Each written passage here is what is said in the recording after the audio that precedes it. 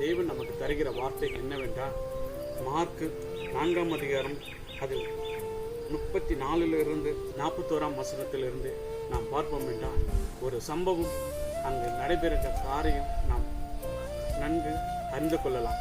என்ன காரியம் என்றால், தேவன் விசுவாசத்தை பற்றி மக்களுக்கு உபதேசித்த பிறகு கடலிலே ஏறிக்கொண்டு போகிறார்கள், அக்கறைக்கு போகிறார்கள். அப்பொழுது ஆண்டவராக இயேசு கிறிஸ்து அந்த கப்பலின் அடித்தட்டில் படுத்து கொண்டிருக்கிறார். அப்பொழுது போகும் நேலையிலே பெரிய சுழற் காற்று வீசுகிறது. கப்பல் அமுகத்தக்கதாக பெரும் காற்று வீசுகிறது. அப்போது சீசர்கள் கலங்கி, ஆண்டவரே, இயேசு ஐயரே, நாங்கள் மரிக்கிறது உமக்கு கவலை இல்லையா என்று கூப்பிடுகிறார்கள். அதற்கு ஆண்டவராக இயேசு கிறிஸ்து எழுந்து காற்றையும் கடலையும் பார்த்து, இறையாதே, அமைதலாய் இரு என்று ஆண்டவராக இயேசு கிறிஸ்து ஒரு வார்த்தை சொன்னார். உடனே காற்றும் கடலும் அவருடைய வார்த்தைக்கு கீழ்ப்படிந்தது. அப்பொழுது ஆண்டவராக இயேசு கிறிஸ்து கேட்கிறார் சீஷர்களை பார்த்து, எங்கே போனது உங்களுடைய விசுவாசம்? ஆம் பிரியமானவர்களே, அன்றைக்கு கேட்ட அந்த வார்த்தை இன்றைக்கு தேவன் உங்களோடு இருக்கிறார் என்பதை மறந்துவிட்டு நீங்கள் தவிப்பது என்ன, தத்தளிப்பது என்ன? எந்த காரியமா இருக்கட்டும், கடன் பிரச்சனையா, வியாதியா, அவமானமா, துயரமா, வேதனையா, எந்த காரியமா இருந்தாலும் சரி, ஆண்டவர் சொல்கிறார், நான் உன்னுடனே இருக்கிறேன், நான் உன்னை விட்டு விலகுவதும் இல்லை, உன்னை கைவிடுவதும் இல்லை என்ற அந்த வார்த்தையை நாம் விசுவாசமாய் பிடிப்போம்.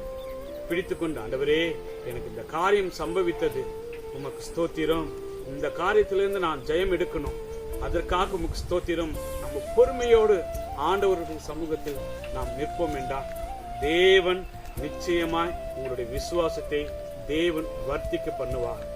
இந்த தேவன் என்றென்றும் உள்ள சதா காலங்களில் நம்முடைய தேவன், மரண பரியந்தம் நம்மை நடத்த அவர் வல்லவராய் இருக்கிறார்.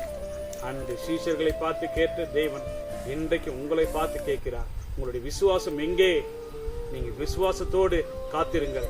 நிச்சயமாய் நீங்கள் காத்திருக்கிற காரியம் உங்களுக்கு நிச்சயமாய் நடைபெறும். தேவன் உங்களை ஆசீர்வதிப்பாராக. நான் ஜெபிப்போம்.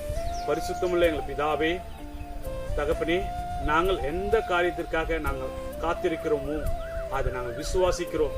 நிச்சயமாய் எங்களுக்கு நடக்கும், கிடைக்கும் என்று நாங்கள் விசுவாசிக்கிறோம். எங்களுடைய விசுவாசத்தின்படி எங்களுக்கு ஆக கடவுது.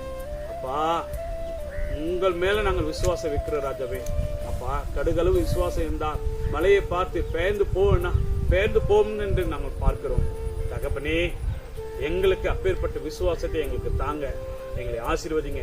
நாங்கள் எந்த காரியத்துக்காக காத்திருக்கிறோமோ அந்த காரியம் எங்களுக்கு ஜெயமாய் எடுக்க கிருபை பாராட்டுங்க. ஆசீர்வதிங்க, பலப்படுத்துங்க. துதி, கன, மகிமை எல்லாவற்றையும் உமக்கே செலுத்துகிறோம். மீட்பு முழு ஜெபங்களும் பரிசுத்த பிதாவே, ஆமென்.